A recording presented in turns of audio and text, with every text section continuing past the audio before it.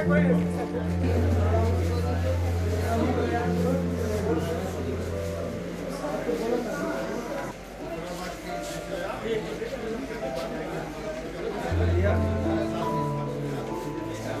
आप live cities देख रहे हैं। मैं हूं जय शुक्ला।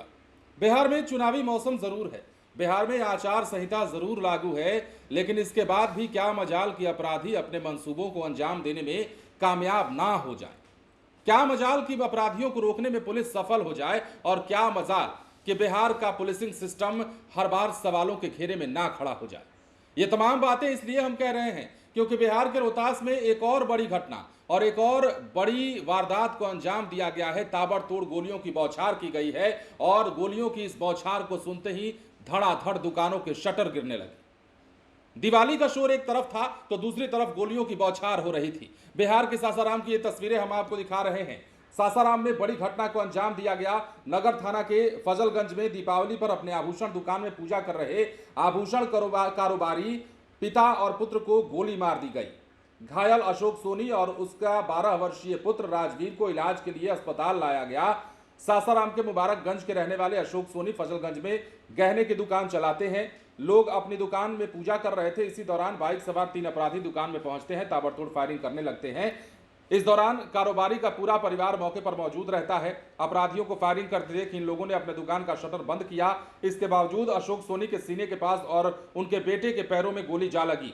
अब जो व्यवसायी हैं उन्हें वाराणसी रेफर कर दिया गया है। घटना सुबह 3 बजे के आसपास की बताई जा रही है और पुलिस मामले की छानबीन शुरू कर चुकी है। मौके से 4 खोखा भी बरामद किया गया है। क्या तस्वीरें हैं और क्या खबर है, सब कुछ सुनिए। क्या हुआ वहाँ पे? वहाँ हम लोग हवन के अंतिम पौदान पर थे। हवन करके अब पूर्णाहुति करने वाले थे। कहाँ पर? का डालने वाले थे। पूजा दुकान में हो रहा था। क्या चीज़ का दुकान था? अशोक ज्वेलर्स करके अशोक जी हैं, उन्हीं के दुकान में पूजा हम करा रहे थे। अंतिम पूजा चल रहा था, हवन डालना था, लास्ट पूर्णाहुति। इस बीच में रोड के उस किनार से 2 जन दौड़ के आए। ये उठे और अपना जो हवन वाला था उसको फेंक करके और चैनल बन के बोले चोर आ गया। इतने में सब उनके बच्चे थे, बीबी थी, बेटी थी एक छोटी सी, 2 और बेटी थी। जब वो चैनल बंद किए तो हम भी भाग करके ऊपर गए अंदर में। एक तरफ और दुकान है वो बंद था, इनका ही दुकान खुला था। बगल वाला दुकान वो बंद करके चले गए थे। तो क्या हुआ फिर? और वो एक आदमी ही उधर से दौड़ के आया, उसके साथ और 2 आदमी थे, 3 आदमी थे, हम लोग नहीं देख पाए। लेकिन अशोक जी इस बात को बोले कि चोर आ गए सर, और ये जाकर के शटर बंद किया अपना। ये जो चैनल था, चैनल बंद किए, चैनल खुला था। हम भाग करके ऊपर गए, नीचे आए तब तक से इनको गोली मार दिया। कितने लोगों को गोली लगा? इनके बेटे को पैर में लगा है, छोटा बेटा है, अभी इधरे है, और इनको यहाँ सीना में अभी हम लोग देखे हैं, इधर निकल गया है। कितने बजे ये घटना है?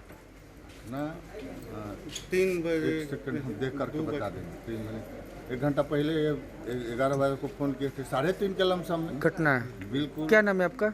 मेरा नाम संतोष। आप वहाँ क्या कर रहे थे? हम पूजा करा रहे थे भाई। क्या हुआ है?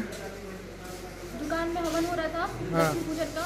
3 बजे बाइक पर 3 चोर आया, और जैसे चोर आए तो पापा गए जो शटर बंद करने, फिर चोर उनको चैन छीन कर ले गया और उनको गोली मारी। जब पापा उनको पकड़ने की कोशिश की तो उनको गोली मार कर भाग गया। कब की घटना है? रात के 3 बजे। रात के 3 बजे। क्या चीज़ का दुकान है? सोना चांदी का। क्या नाम है आपका? मेरा नाम सौम्या सोनी है। कितने लोगों को गोली लगा है? 2 लोग को गोली मारी गई है, क्या मामला है सर?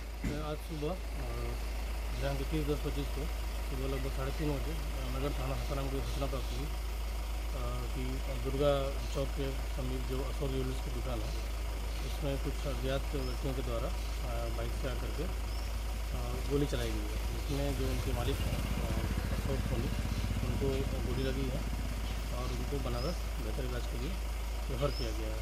घटना के संबंध में अभी हम लोगों ने वहाँ पर का जो CCTV है उसको प्राप्त कर उसकी जांच पड़ताल कर रहे हैं और जो घटना को अंजाम दिया है उसकी पहचान कर आगे की कार्रवाई कर रहे हैं। पुत्र को भी लगी है सर?